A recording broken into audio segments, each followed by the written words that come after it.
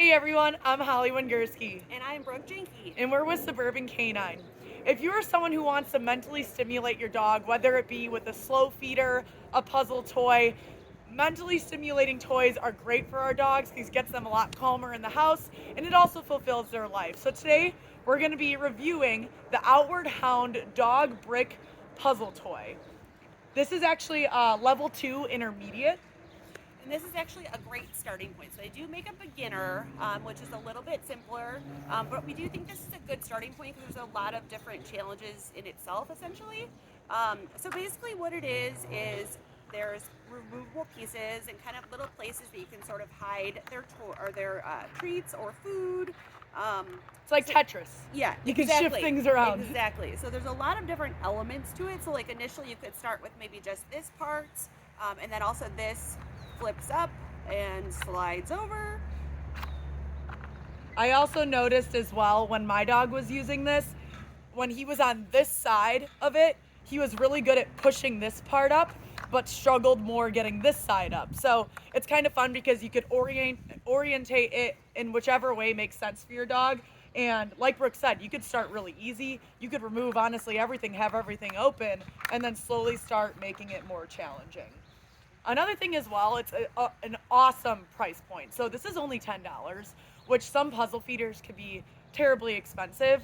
I honestly think they do it for a reason because it's $10. They figure this one out. Once they get it down, you just buy another one that's a little bit more difficult. Another thing that I like to do too, sometimes if you have a couple different ones, like a harder one and maybe this one, you can swap them out, and that way it's something different each time that they do it, so it keeps their mind even working a little bit harder. 100%. It's also very durable. So it's a harder plastic material. It's pretty easy to clean.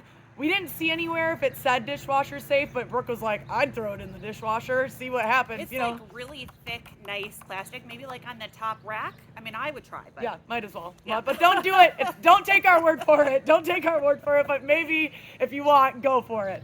I think it's a perfect size. I have a 60-pound dog, but Brooke thinks otherwise. Yes, so I mean, my dogs are 200 pounds, so Mastiffs. So it is a little bit small, and for my particular dogs, but I do think that it is an overall average good size. But if you're looking for like the pieces to come off, this could potentially be like a choking hazard for my dogs. Or if you're looking to get a full meal in here instead of just treats, it's kind of limited depending on how much your dogs were eating. And I think that kind of is a good leeway into our cons a little bit. So like she said, this could potentially be a choking hazard if you have a super destructive dog. So if you do have a dog that likes to destroy things, definitely monitor them when they're using this, because I read some of the bad reviews and someone like left their dog with it, and of course they ended up chewing this piece and it was kind of like crumbled and gross at the end of the day. Also another con, which I wouldn't say is necessarily a con, this puzzle toys aren't for every dog, right? Some dogs are, curious, food motivated, really interested in learning new things. If you have a dog that's not any of those things and like generally scared to like use their paws, use their senses, this might be a bust. They might not like it at all. So if you have a dog that does like those things, it's definitely a good toy for you.